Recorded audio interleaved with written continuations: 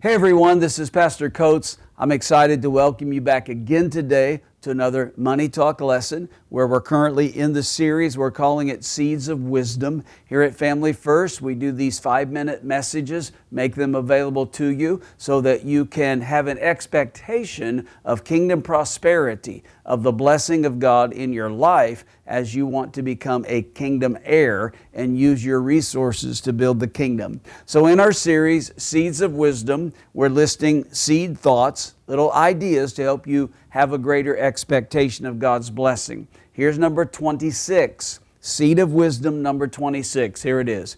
Don't forget your source. Never forget your source. You may have heard me make a statement, and I've said it many times over the years, but it really helps understand the whole revelation of the law of sowing and reaping and seed faith. And here's the statement: God is my source, people are my soil. God is my source, people are my soil. What that means is although God uses people, you see, giving and income for ministry always comes through people. You may have heard someone say, and I think honestly they mean this somewhat facetiously, if you're talking about a need or going through a time of lack, people will say, well, God will provide. Well, He will, and that's certainly true. However, God always provides through people. Money never comes out of nowhere. Money just doesn't fall out of heaven. God always provides through other people. However, even though God provides through other people are not our source. God is our source. Here's a couple of verses of Scripture to help you with this. Luke 6:38. Of course, you probably know, give and it shall be given unto you, good measure, pressed down and shaken together, running over, shall men give into your bosom. That says that when increase comes, God always moves upon other people to be the soil that you have sown into to provide. They are the channel. They are the vehicle through which the blessing comes.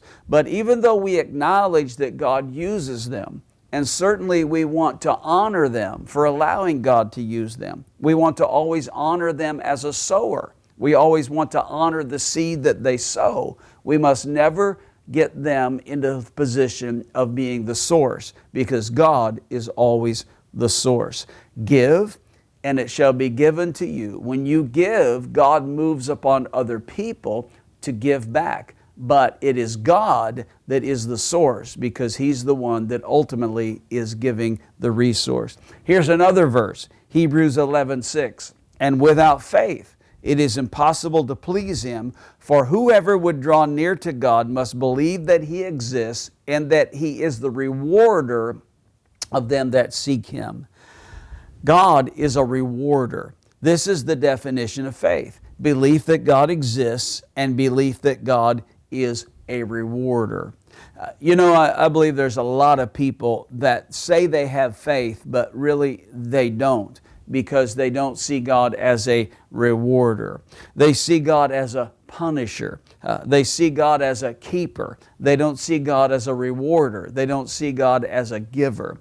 So what you need to realize is that God is a rewarder. God is the giver. God is the source. Every good and perfect gift comes down from the Father of the heavenly lights, who does not change like shifting shadows.